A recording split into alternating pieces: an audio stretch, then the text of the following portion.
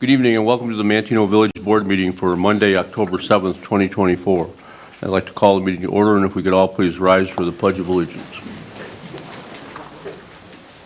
Pledge allegiance to the flag of the United States of America and to the republic for which it stands, one nation, under God, indivisible, with liberty and justice for all. Roll call, please. Boyce. Here. Boudreaux. Here. Dole. Here. Crockett. Here.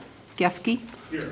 Phillips. Here. We have a quorum. Tonight, as always, we begin with the approval of the minutes. We have the minutes from our regular board meeting on September 16th, 2024. Hopefully, everyone has had the opportunity to review those.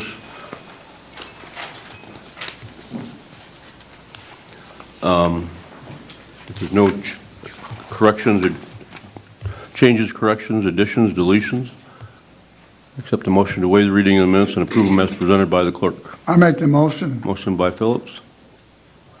Second by Dole. Roll call. Phillips. Yes. Dole. Yes. Boyce. Yes. Boudreaux. Yes. Crockett. Yes. Geske. Motion carries. Public participation tonight. The first person to speak is Ann Gates. Good evening. I wanted to be first for a reason. We just said the Pledge to Allegiance to our flag. Our Pledge of Allegiance was first written in August of 1892, and in 1954, as a response to the threat of communism, President Eisenhower encouraged the Congress to add the words, "under God." Communists do not believe in God. It now reads, and I've added some definitions from the dictionary so it's clearly understood. I pledge security for the fulfillment of a contract, allegiance, loyalty, commitment to the flag of the United States of America and to the republic, governance by the people, for the people. This is your republic. I'm part of that republic. One nation, under God, founded on Christian Judeo principles, indivisible, cannot be divided, pulled apart, with liberty, and this is very important, free within the society from oppressive restrictions imposed by authority on one's way of life and political views, and justice to make it right for all people. In 1775, George Washington had a flag designed, a white field, purity, an evergreen tree, symbol of covenant agreement, and the words, "an appeal to heaven." It was the first flag ever flown in our nation. It was the first flag for our Navy. It represented the anger of the colonists who refused to live under tyranny. Outnumbered, surrounded, the troops were battle-worn, but they were unified.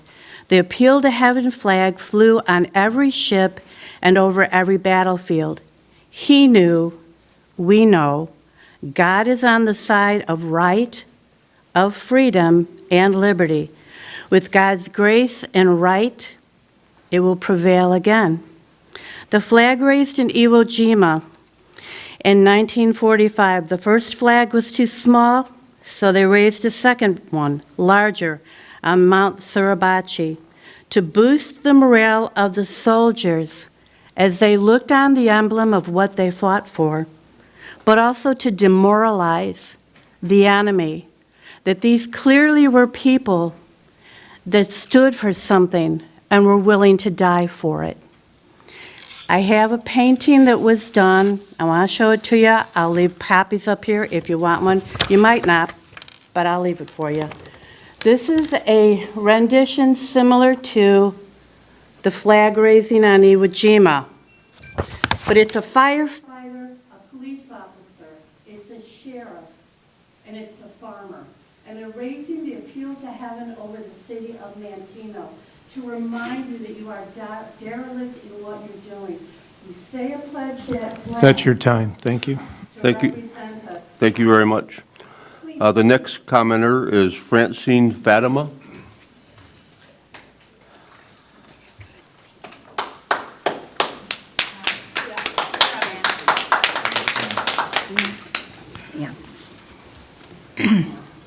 Well, if anyone says I cannot be positive, I can show you I can be positive. I went down Cypress today, actually I went down a couple days ago too, and it's paved. And I thank Mr. Hanley, I believe, if not him, whoever did it. It's such a great improvement on that road that many, many, many of us travel. Now to the regular part of my speech. On the day of the parade, I was called a name, and the name was badgering. I was told I was badgering. Now what I did was that just by chance, I got out of my car with a sign, and I know there was not to be any sign in the parade itself. I mean, in a car or whatever. But somehow it wouldn't let go of me. So there I had this sign. And all it said was, Goshen, go across, back across the ocean. Well, when I held that sign in my hand and I was at the middle school drive-through, I was told by the burly guy, goon, he acted like one, that I couldn't have the sign. I was on a public sidewalk. I could not believe. He said I was badgering Goshen. Big old bad Goshen. Me, an 83-year-old woman. I'm spunky, but I've never badgered anybody. As far as the parade and badgering, Jacob also got involved with that and told me I was badgering Goshen because he saw the sign I had.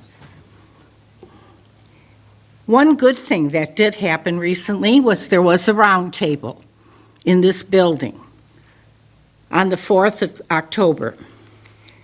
2 congressmen were here. They brought out some good information regarding the bad old communist Goshen company. Representative Calkin gave a beautiful speech. It's so bad you weren't there. We would have liked somebody from the village to hear the truth. Our capable attorney spoke as well. Our lawsuit is going on. So who's to say some good days aren't ahead? Thank you. Thank you. The next commenter is Denise Nicholson. You guys can always watch the podcast. Good evening. The lack of education can be hurtful. In our village, the CCOM hosted an eye-opening educational roundtable discussion concerning Goshen, its CCP ties, the use of slave labor, and China's genocide of the Uyghurs. They discussed the 5 Chinese University of Michigan students spying on Fort Grayling as they practiced maneuvers, the Chinese tactics of infiltrating businesses and local governments, to name a few. It was most disappointing noting Kankakee government officials not in attendance. Economically and educationally speaking, you and a Goshen representative had the perfect forum to explain how Goshen could benefit Manteno. The perfect opportunity for a Goshen representative to face the opposition, the congressman, a woman knowledgeable about CCP business tactics, and expose them all. Tell the representatives from Congress they're wrong. But neither Kankakee County leadership, Manteno leadership, nor Goshen representatives defended their position. I sincerely hope you all at least watch the round table from your home or office, educationally speaking. Part of educating yourself is to research. To any reporter, please ask our public officials the following questions: the exact number of acreage Goshen, Mohammed, Crusoe, HCR Realtor, or anyone associated with China own or about to own in the area. Goshen employees, ratio of Chinese imported workers to locals. Remember, all work promised was to be local. Where will the Chinese citizens be housed, and at whose expense? Are there current cancer-causing chemicals already at the plant? Name of the chemicals, stored where? Reporters, why have you not asked the Economic Alliance, Manteno taxing bodies, the Kankakee County Board, etc., how they can defend their stance for backing Goshen after they have been checked with using slave labor, they are CCP, and the country commits genocide? I would want to see this published. Are there any officials sitting at this table who are willing to go on record as to Goshen's use of slave labor and why they continue to back a company that abuses human rights in 2024? And to the Chamber of Commerce, acquiescing to Goshen is a sign of weakness by not allowing no Goshen signs and shirts. China does not respect weakness. You got played. Lack of education. Go back and look what the CCP did to the person standing in front of the tank in Tiananmen Square going against the government. Sometimes in business, you should say no and can still thrive economically. Lack of education by government leaders through greed has brought Goshen upon us with perilous consequences if this course doesn't change by some courageous leader or leaders willing to say no, Goshen. Thank you. The next commenter is Annette Lamore. Good evening. Margaret Mead once said, "Never doubt that a small group of thoughtful, committed citizens can change the world. Indeed, it is the only thing that ever has." The citizens of Manteno started with a core group of 6 people. Concerned Citizens of Manteno is now somewhere over 5,000 strong. We have done our research. We have spoken out over 50 times at public meetings and to many news outlets, including, but not limited to, Newsweek magazine, News Nation, the Daily Call newspaper in Washington, D.C., Breakthrough Ideas with Jeannie Ives from 560 AM radio, Japanese television, NHM TV with Takeshi Yamasaki, the Daily Journal, the Chicago Sun-Times, the Chicago Tribune, the Midwestern newspaper out of Michigan, the Epoch Times, and the Center Square. And now we have Congress helping us. We hosted a roundtable on Thursday, October 3rd, here in the Leo Hassett Center. It was standing room only, with over 100 people in attendance. Panelists were here to discuss the battery plant and their relationship with the Chinese Communist Party.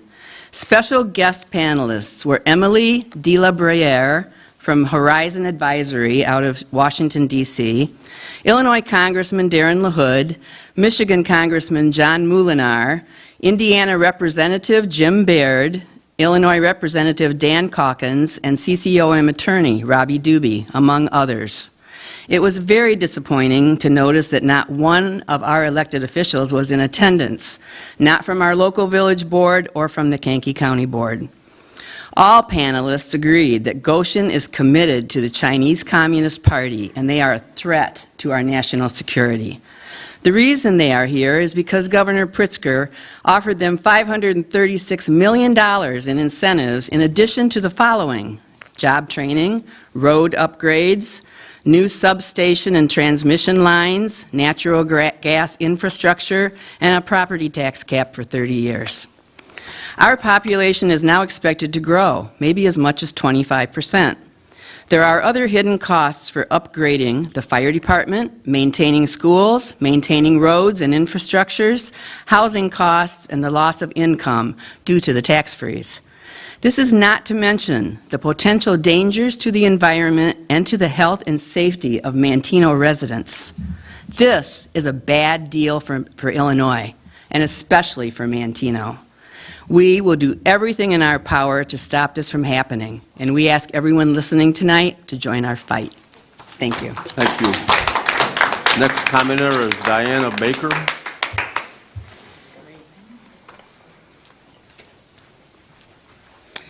Good evening.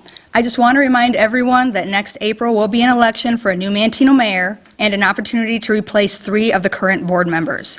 And I hope Manteno residents realize the need for change in the current leadership of this town and will vote accordingly. The next topic I would like to speak of is the absurdity of an elected official being allowed to engage in a non-disclosure agreement under any circumstance. I am asking the village board to consider passing a new law that will outlaw any non-disclosure agreements by any elected village officials in any capacity while they are serving. Manteno village officials are elected to represent the people of Manteno and should not be engaging in contracts that don't allow for full transparency and that fail to represent their constituents. Now, I would like to discuss the Kankakee County Economic Alliance. From my understanding, the Economic Alliance is a group of businessmen from the county that come together under the guise of a Chamber of Commerce. They supposedly pay dues to belong to the Alliance, kind of a pay-to-play opportunity, it sounds like to me, but who knows.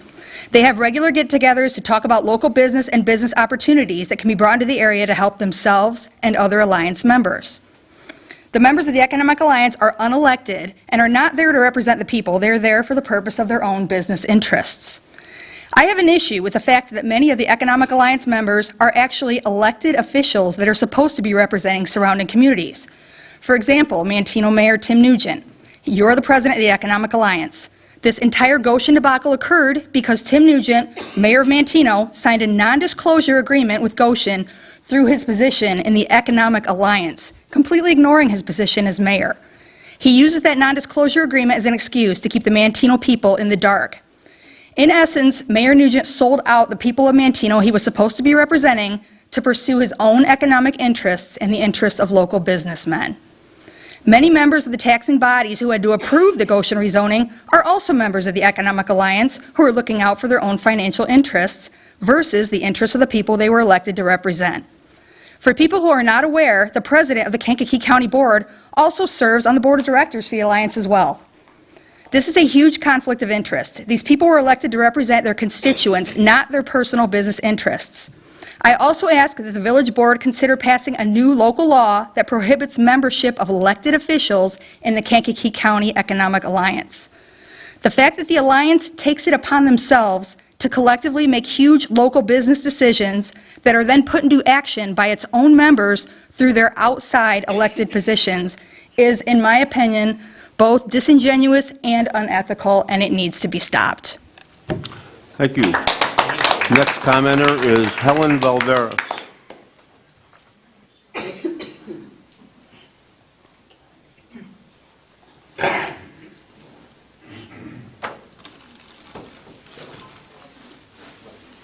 Good evening, everyone. My name is Helen Bolaveras. I'll only take a few minutes of your time. I own Yanni's Cafe on Main Street. Many of you know the place. We've served Manteno and the nearby communities for the past 30 years for breakfast and lunch. The reason why I'm here today is to discuss what happened on Main Street the weekend before Oktoberfest. On Saturday, the 21st, their parking lot was barricaded. There was no one to call to find out. It was a weekend, the reason why that happened. We were able to talk to the police and they removed the barricades. We want to take the opportunity to thank them right now. When we came to open up the restaurant Sunday morning, the 22nd, the parking lot was barricaded again. However, when we asked the police to remove the barricades this time, they told us that they had orders to do not so. I would like to know who gave those orders and why. The vendors involved in Oktoberfest do not start bringing their things until late afternoon on Sunday, way after the restaurant 2 p.m. closing time.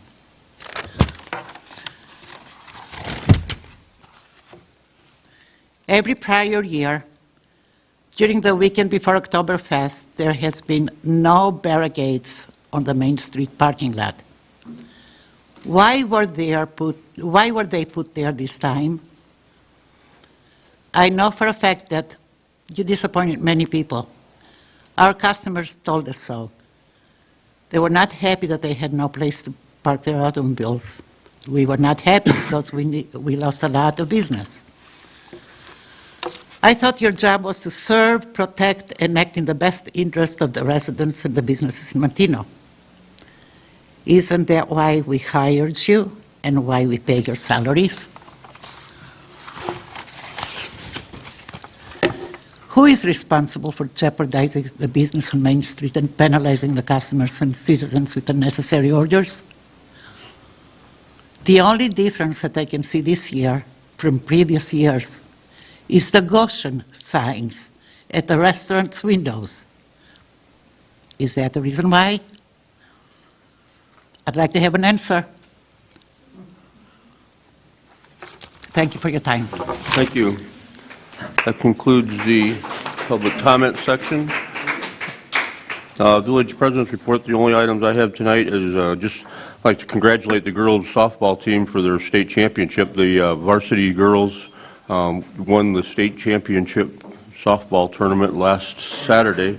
I know they came back to town when had a somewhat of a parade coming through during Oktoberfest, and we have invited them to come to the village board to receive some proclamations and a plaque. And they're going to be coming sometime in November. Is that correct? Yes, I have not heard which meeting, but they said they will come to one of them in November. Okay, so we definitely want to recognize them. And CJ, you talked before about the state championship signs, and we still haven't come up with a plan on how we're going to do all the individual championships. But obviously, this is a team, and so they're definitely going to get a sign on the entryway into town. So Jim, you'll have to start making plans and arrangements in order to get those things ready to go. You might want to check with the school district and find out the exact wording of what that needs to cover and what that needs to be. Yeah, Oktoberfest, Jacob, Oktoberfest was a great success. I know you had some problems on Friday with the weather and changed some of the schedules and everything, but everything, other than that, everything went okay? Yep, everything went really well this year. Great group of vendors, great turnout, I think, even especially on Friday night with having to make some of those changes with moving the bands indoors, but all the bars were packed. Heard nothing but good things from attendees that all participated, so it was a good year for sure. And the drone show had to be canceled? Is that going to be rescheduled? Yep, so it did be canceled just due to the wind speed there, so we're looking at rescheduling it for December 7th to wrap up our Christmas in Manteno event. So obviously, you'd be changing the format for that. Yep, format will be changed, and location for the takeoff will change as well, but more information on that here coming in the next few days. So. Okay. The only other item also I have is tax rebates. Time is here for everybody to fill out their tax rebate. Anybody that qualifies that has lived in their home the whole calendar year from January 1st of 23 to December 31st of 23, that is the owner of the residence, qualifies for tax rebate, but only if they come to the village hall and turn it in with the proper documentation. The deadline is October 31st. Yep. So those checks will be going out the first week in December, but again, only to the people who actually fill out the paperwork and qualify.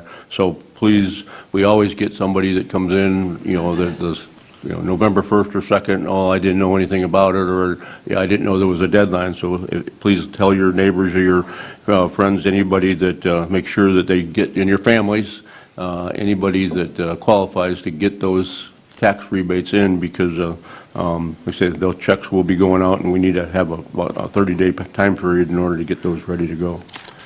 Village Administrator's Report, Mr. LaRock. Thank you, Mayor. Tonight we have a presentation from Carmen Huizinga. She's one of the accountants with Smith, Kelling, Dykstra, and Ohm. And they did our annual required audit, so she's going to give us some information on that audit. Carmen?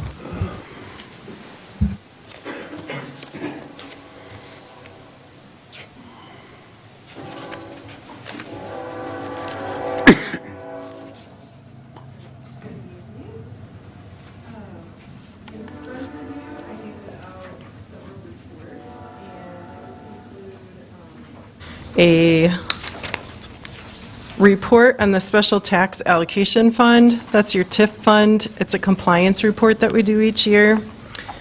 And we handed out a communication to governance, which is a stapled letter. It's relatively thick. These are our required communications to you as governance over the village. We did not have anything specific or unusual to report in our communications to you, so it's mostly the standard boilerplate language, but you can look through that at your convenience.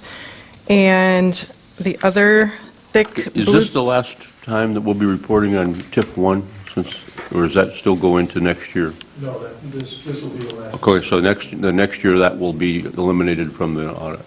Correct. Okay. Okay, thank you. The last TIF fund is still open, but I believe relatively inactive. Is that correct? Right, the time Chris? frame has expired, and all the money has been disseminated, I think, I don't know, is there a time frame we have to keep extra money in there for a period of time? No, you just generally try to cover any tax appeals that Okay. happen. So we surplus that out to all the taxing bodies, so that's done. Now the only TIF we have is TIF 3, and that one is pretty inactive right Yeah, now. okay. Yep. Yeah. And then the last report in front of you, it has the blue cover on it, and it's relatively thick. That's the actual audit report. So our job as auditors is to look at the financial statements and give our opinion as to whether they are materially correct. And so you can find our opinion starting on page 1. Similar to prior year, we have issued a qualified opinion on governmental activities. That is simply because the village has not opted to incur the expense for an actuarial report for other post-employment benefits. So there are some measurements and disclosures that are just excluded from your audit report because they chose not to have that expense of an extra actuarial report. But the remaining opinion units all have a unqualified opinion or an unmodified opinion. That means the financial statements presented are materially correct. If you go to pages 5 and 6, we also performed your audit in accordance with government auditing standards. That requires us to understand and consider your internal controls over financial reporting. We did not report any findings related to the the internal control over financial reporting. We're also required to look at compliance with laws, regulations, contracts, and grants, and we did not report any instances of non-compliance to you in that report. If you turn to page 7 of the auditors, or the annual financial statements, the audit report, that is the start of management's discussion and analysis. It is several pages, but it gives the highlights of the fiscal year in financial terms and also gives a lot of explanations for the variances from the prior year. That is written by Chris in the finance department and included in here. So I would encourage you, if you want to not read 66 pages, but maybe only 5 or 10, I would look at the management's discussion and analysis. After that are the financial statements themselves, and those begin on page 18. These represent the village's financial statements as well as includes the police pension information. So the police pension is audited by a separate auditor, but then those numbers are pulled into this report for you. After the financial information, there's footnotes that describe your significant accounting policies, and there's more detail and explanation of the numbers presented, and then there's budgetary information following that. A couple highlights from the financial statements. The overall governmental activities ended up with a net position of $49.6 million. That was a $2 million decrease from the prior year. They're on Exhibit C, which I don't know what page that's on, I think page 20. This reports the assets and liabilities of your major governmental funds, and this is more what you're used to seeing at your regular board meetings. Each of the funds has a separate set of financial statements. So your major funds this year were the general fund, the TIF fund, the legacy park fund, and the capital projects fund. And the remaining funds were just all combined in one column called non-major funds. The overall strength of the funds is still sound. You had total fund balances of $18.5 million. This is a decrease over the prior year of about $5 million, and that's essentially due to all of the capital outlay projects that you continue to implement over the last few years. As we just discussed, there's only one remaining TIF open. It's very small and relatively inactive. Exhibit E, which is on page 22, reports your revenue and expenditures of the governmental funds. The total revenues were $8.7 million this year, or for fiscal year '24, compared to $10.6 million in the prior year. Something to note in fiscal year '23 is that there still was ARPA grant money that came in, as well as extra TIF money, because that other TIF was still actively open and going. So total expenditures were $13.8 million in '24 compared to $20 million in '23. A lot more capital project activity with the police building and the public works building in FY '23. Exhibits G and H are those fiduciary funds, which is the police pension, as I pointed out before. As far as recommendations go, we do not have a separately issued management recommendation letter. We didn't have anything specific, so anything small or noticeable that we found, we already discussed with the finance department. The annual financial report is in progress. That's a report that has to be filed with the comptroller's office by the end of October. We will get that to the finance department when that's complete.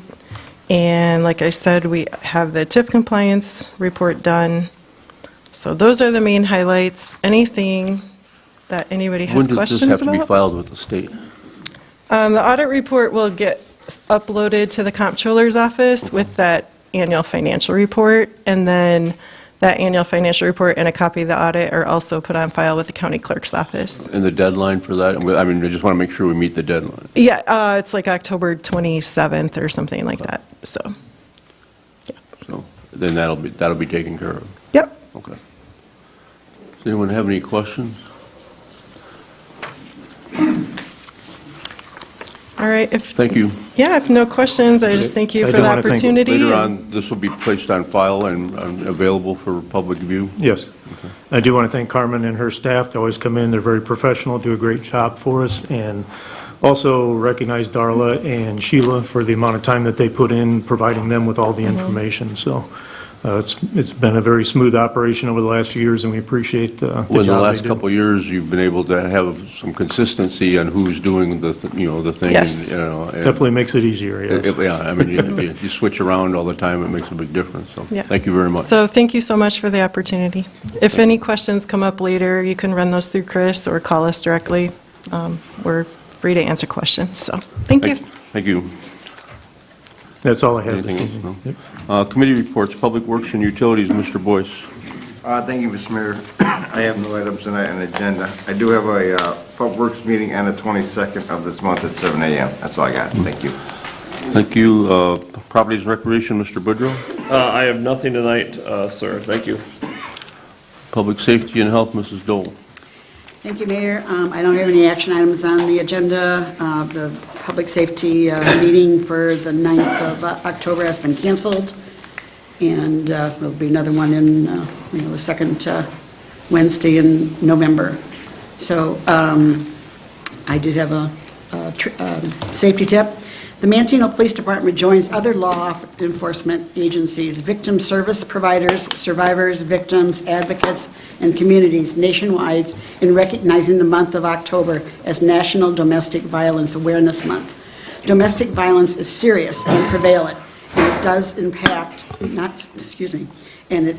does not stay within the home. It ripples out into workplaces, schools, and entire communities. Domestic Violence Awareness Month is a time to show support for those who are experienced or have experienced domestic violence, and to give gratitude to first responders and victim service providers. Domestic Violence Awareness Month encourages communities to bolster prevention efforts, improve responses to meet survivors' needs, and promote best practices and expand access to justice to all the communities, especially those who are underserved and marginalized.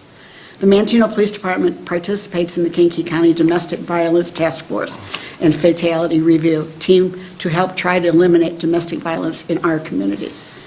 And I know that Al has been very, very active with this and talks about this at many meetings. So, Well, that's a good percentage of what your calls are anymore, aren't they?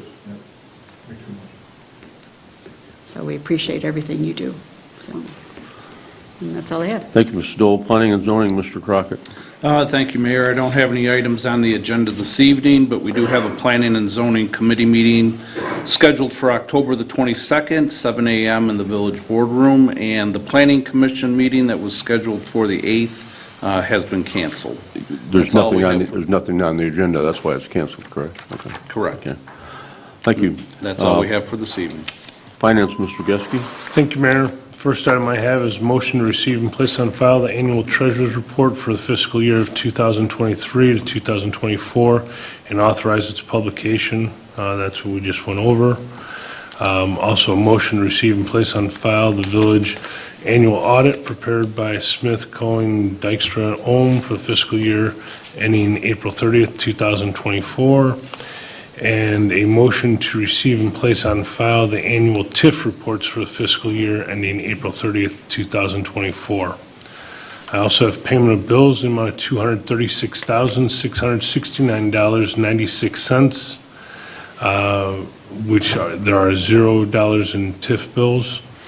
And bills authorized and paid between board cycle are $47,059.69.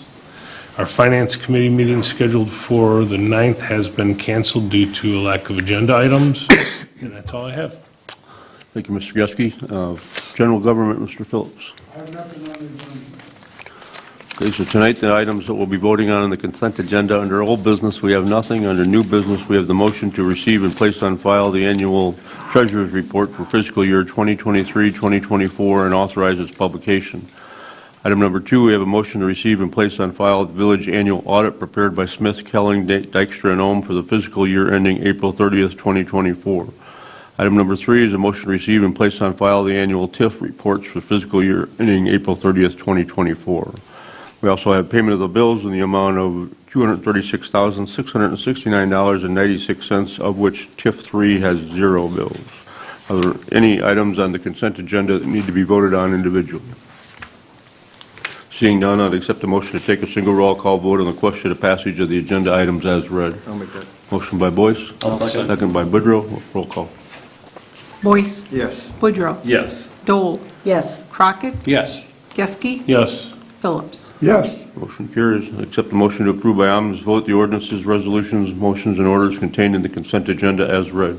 I'll make that motion. Motion by Crockett. Second. Second by Geske. Roll call. Crockett. Yes. Geske. Yes. Boyce. Yes. Boudreau. Yes. Dole. Yes. Phillips. Yes. Motion carries. Comments tonight, Mr. Boyce, you have anything? Jacob, nice job on Oktoberfest. Thanks for all your hard work, putting it all together.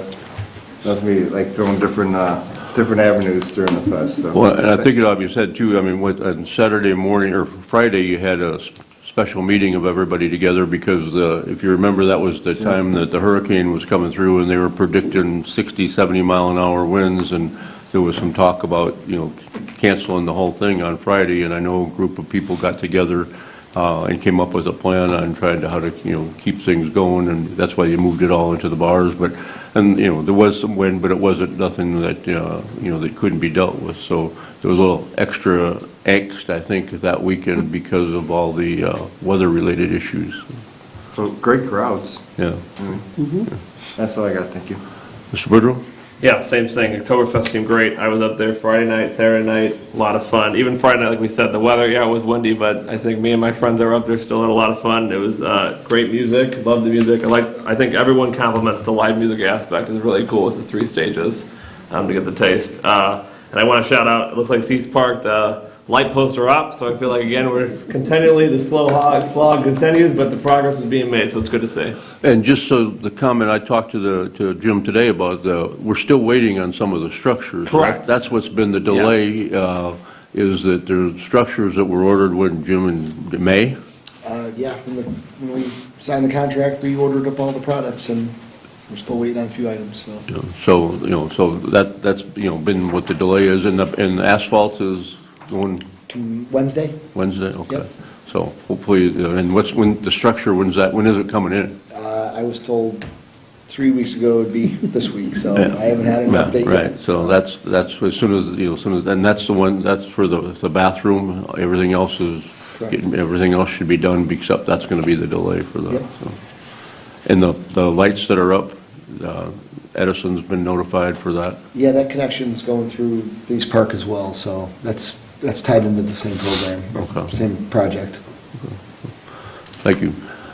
And also, one other thing too, if you noticed the new sign that's there in dedicating to the Lucille Thieves Park that kind of matches all the other, monument signs that we have around town, so. Mrs. Dole? Thank you. I want to reiterate everything they said, agree with that. It's great crowds and had a lot of fun. My family all did too. So, but just keep people in Southeast in your prayers. They're going through another hurricane, and it's gone from Category 1 to a Category 4 or 5 in a matter of time. So keep them in your mind and keep them in your thoughts and prayers, and just. Chief, did we send somebody down for the last one? North Carolina canceled that request, but Okay. who knows what's going to happen this week. Yeah. Yeah, they were scheduled to send some people down there, right?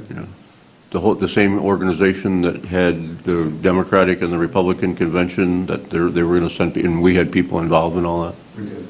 We had 2 ready to go, but that's a canceled request. But yeah, it's ILES, our statewide organization that we contribute officers to, but sometimes they request to go out of state if it's a major event.